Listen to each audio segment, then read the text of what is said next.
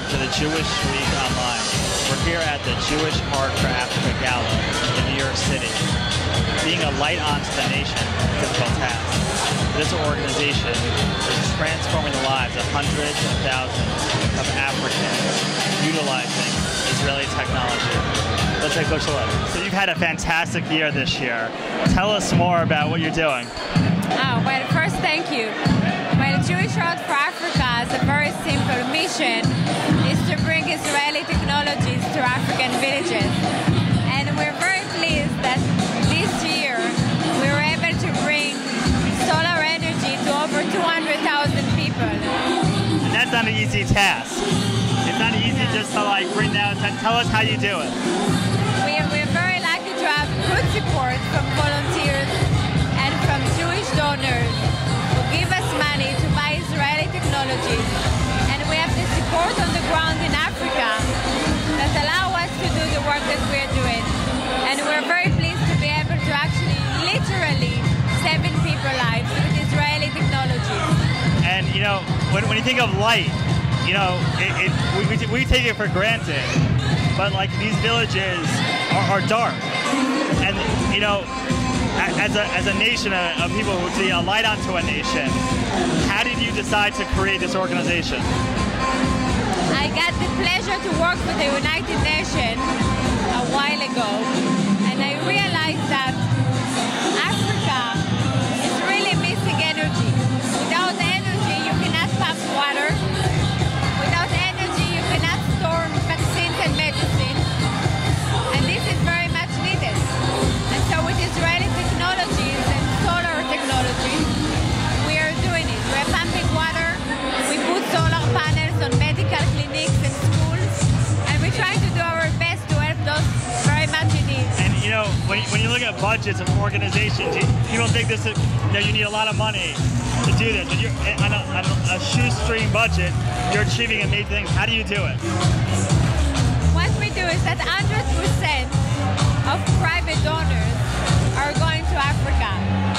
And we are lucky to have the support of foundations to pay for our operation costs.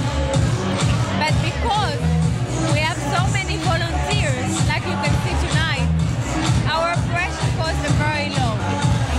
And looking around tonight, you see a lot of people coming out. You have African dancers. You've got different ways to showcase your work. What are you looking to do this year?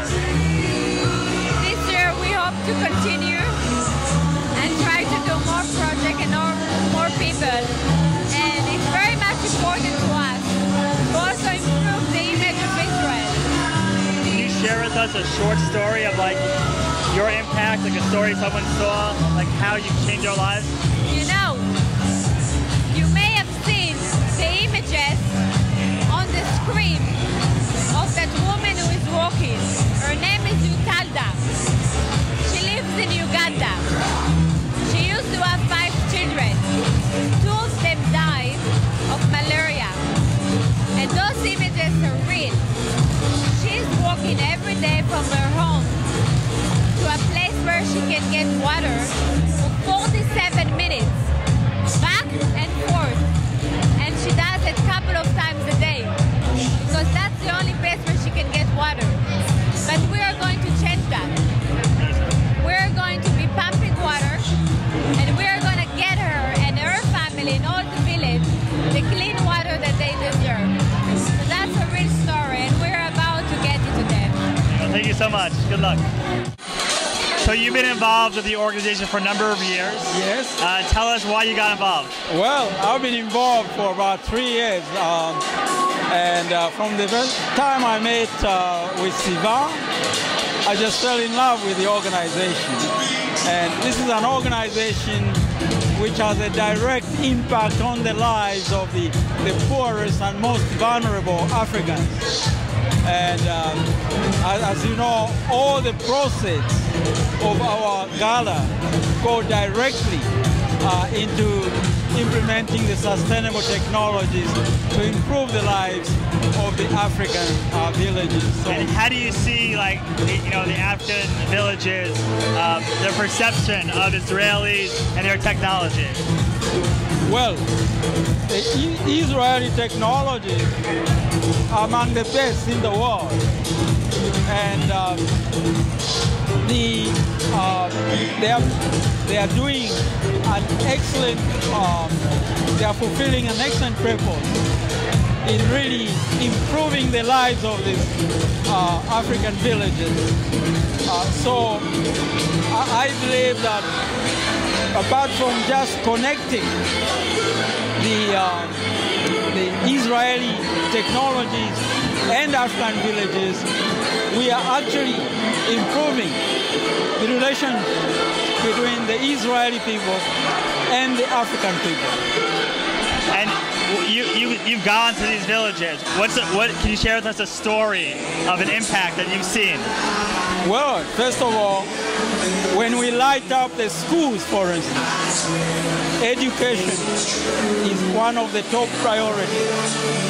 We provide access to the children, and they are able to study during the day, they are able to study in the evening, at night. And we have seen direct results improving, the test scores of the children are improving. The children are becoming more enthusiastic about study. And also the teachers their contribution is magnified. So it's a win-win situation. You find the parents also become very motivated, highly motivated. So that's at the educational level. Health level, again, when we power the health clinics, it means that medicines are refrigerated. There is access to health almost 24 hours. So that again is a direct impact. When we provide irrigation, again, you find that agricultural output is improved. The incomes of the subsistence farmers are improved. So we have a direct impact on the lives of the people, and by so doing, we are also making it easier to attain the targets of the Millennium Development Goals relating to poverty, relating to health, and other goals. So here, we're looking at the Jewish Heart for Africa playing a very dynamic and important role, helping to facilitate the achievement of the Millennium Development Goal, and more importantly, bringing together the people of Israel and people of Africa. And you find that the image also, the image of Israel is improved, because many people don't know very much about what Israel is capable of doing. The focus has been on the political, but Israel is quietly but effectively impacting the lives of the poorest people in Africa in a very meaningful way. Thank you so much.